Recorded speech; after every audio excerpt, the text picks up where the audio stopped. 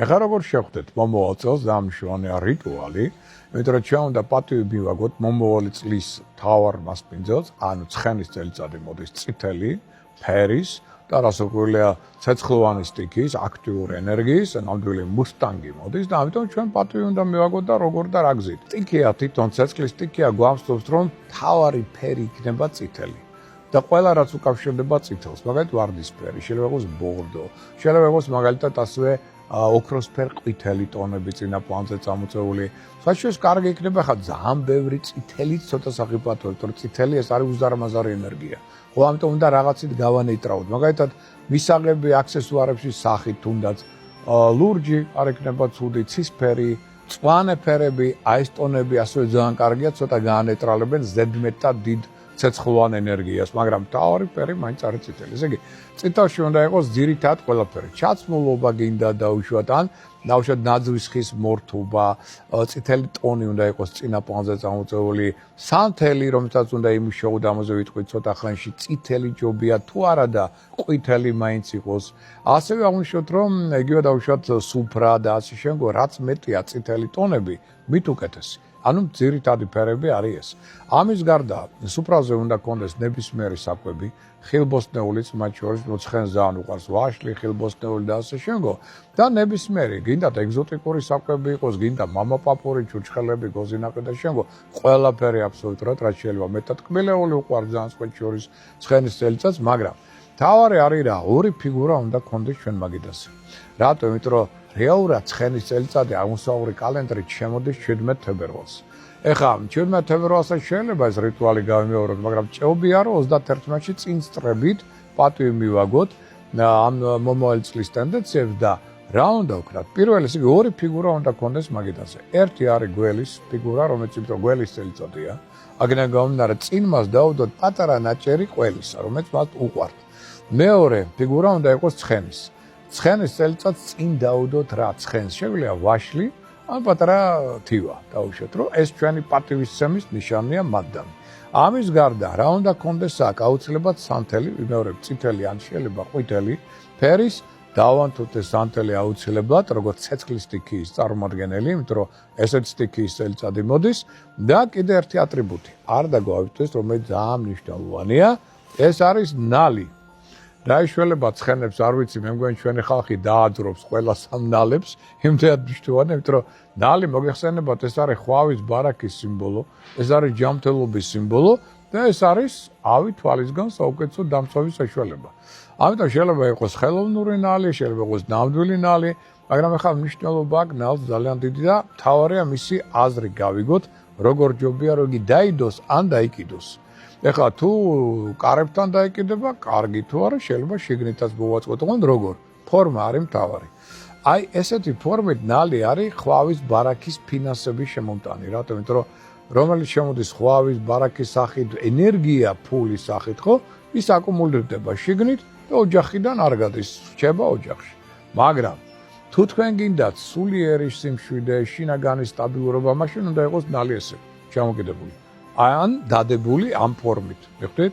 მაგრამ თუ ორივე გინდათ, მაშინ ორი ნალი უნდა გქონდეთ და ერთი ესე იქნება, მეორე ასე, სულიერი სიმშვიდე შემოვა და ფინანსური ბარაკა. ეს ატრიბუტი აუცილებლად გავითვალისწინოთ, რომ ძალიან მნიშვნელოვანია. ეხლა ეს ნალი კარგი იქნება თუ დაიდება ასევე აი ცხენის სიმბოლიკის გამოსახულებასთან, გვერდით და კიდევ ერთი მნიშვნელოვანი ატრიბუტი, ერთლარიანი. რატო ერთი? მაინდა-მაინც, იმიტომ რომ წელიწადი გვაძლევს მთლიანობაში ერთიანი არის მთავარი რიცხვი. საერთო რო ავიღოთ 2026, ჯამი ავიღოთ, გამოგვივა 10. 10 ცალკე რიცხვი არ არსებობს. ეს არის 1 + 0. ანუ გვაძლევს ერთიანს, ხო? ესე იგი, ერთი ცალი სანთელი აუცილებლად დავანთოთ დაწყებამდე ახალი წლისა 9 საათით ადრე. რა გავაკეთოთ პირველი ატრიბუტი რა არის? მადლობა გადაუხადეთ წინა წელიწადს. ცუდი იყო, ესე იგი მან წაიღო რაღაცა ცუდი თქვენგან. კარგი იყო, ხო კარგი, კარგი მოაგდა ასე შემდგომ, ხო? და აუცილებლად ამ სანთელთან, ესე იგი მადლობა პირველი და მერე დადგა ახალი წელი, მიულოცეთ ერთმანეთს ახალი წელი, სანთელი ამთია. რას ვაკეთებთ ამ დროს? ჩაუთქვით სურვილი. თუ გაქვთ საშუალება ძლიერი გონებრივი ენერგიით, საკმარისია რომ ჩაუთქვით რა გინდათ მოხდეს მომავალ წელს ერთი მნიშვნელოვანი საკრალური სურვილი. თუ გირჩევნიათ დაწერა, შეიძლება დავწეროთ. ანუ დავწეროთ რა სახით, ესე იგი რომ ეს ასე არის. დაუშვათ ფინანსური მდგომარეობა კარგი და ასე შემდგომ, ანუ როგორც ეხლა არის და არა მოლოდინში ხართ, რომ მომავალში იქნება, არა. ესეთ ფორმა არა ეხლა. მე მაქვს დაუშვათ ბევრი ფული. დაუშვათ მე მაქვს დიდი სიყვარული და ასე შემდგომ. აი ეს ინფორმაცია გვაქვს, ეს ყველაფერი შეგვიძლია დავდოთ აქვე სანთელთან დილამდე. დილის მერე უკვე შეგვიძლია სადმე შეინახოთ 1 წლით და თუ შარშან გქონდა თქვენ რაღაც ამდაგვარი დაწერილი, მაშინ ეხლა უკვე სანამ დადგება ახალი წელი, 9 საათით ადრე მას დაწვავთ და ახალს დაწერთ და ეს 1 წელი უნდა გქონდეთ შენახული. ამის გარდა 1 ლარიანი ძალიან მნიშვნელოვანი, იმიტომ რომ საერთო რიცხვი გვაქვს ჩვენ 1 მომავალი წლისა, 1 ლარიანს ასევე დავდებთ აქ სიმბოლიკებთან ერთად და სანთელთან ერთად და ჩაუთქვით, რა გინდათ რომ მოხდეს მომავალ წელს. ფინანსური კუთხით უკვე. აი მთავარი თქვენი საკრალური სურვილი, ხო? რა გინდათ, პრემია გინდათ, ბონუსი გინდათ, შემოსავლის რა ნაწილი გინდათ, ბიზნესში შემოსავლის გაფართოება და ასე შემდგომ. აი რა გინდათ, რა ფორმით. ესეც უნდა იყოს მნიშვნელოვანი ჩათქმა მომავალი წლისა. შეგიძლიათ ესეც დაწეროთ, შეგიძლიათ უბრალოდ ჩაუთქვათ ფულის, ასე ვთქვათ, სფეროს. კიდევ თეფშები. თეფშის ქვეშ მოვათავსოთ 1 ლარიანები. ეს უკვე თითოეულ წევრს ეხება, ხო? ოჯახის. და აქაც ჩაუთქვით, რა გინდათ რომ მოხდეს მომავალ წელს ფინანსური კუთხით.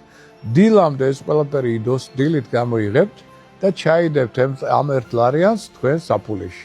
ატარებთ მთელი წლის განმავლობაში, როგორც ბარაქის ხვავის წარმატების ერთ-ერთი მომტანი ფაქტორი.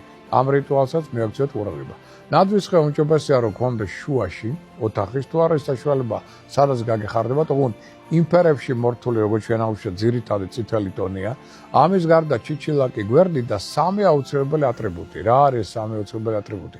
ერთს არის მანდარინის ტოტი, გინდათ ხელოვნური, გინდათ ნამდვილი. ეს ბროწეული უნდა იყოს აუცილებლად, მეორე და ლიმონი. როგორც ფინანსური შემოსავლის, ჯანმრთელობის და სიყვარულის სიმბოლოები. საერთოდ მანდარინი აღმოსავლეთში, მათ შორის ჩინეთში, ეს არის მათი ნაძვის ხე. ამიტომ ეს ატრიბუტებიც აუცილებლად უნდა გქონდეს, როგორც ძალიან მნიშვნელოვანი. კარგი იქნება თუ ჩვენ ესე იგი სახლში დავხვდებით და მერე უკვე გადავალთ მეგობრებთან და შემდგომ, მაგრამ ძალიან მნიშვნელოვანია რა, მხიარული განწყობა. ოღონდ სროლან ზედმეტი არა. მოგეხსენებათ ახლა რომ გაისწრის ადამიანს ხენს ეშინია და გარბის, ხო? ამიტომ ზედმეტი სროლით მას მოდი ნუ შევაშინებთ, მაგრამ მხიარულება, ცეკვა, იუმორი, სიმღერა, რაც შეიძლება მეტი. თორე ეს არის აქტიური დინამიური ცხენის წელიწადი. ამიტომ მას უყვარს დინამიკა, აქტიურობა, მხიარულება. ამიტომ მხიარულება უნდა იყოს წამოწეული წინაპრებზე როგორც მნიშვნელოვანი ფაქტორი. და აი ამ სახით შევხვდებით მომავალი წლის დადგომას. ბედნიერი ყოფილი იყოს თქვენთვის მომავალი წელიწადი.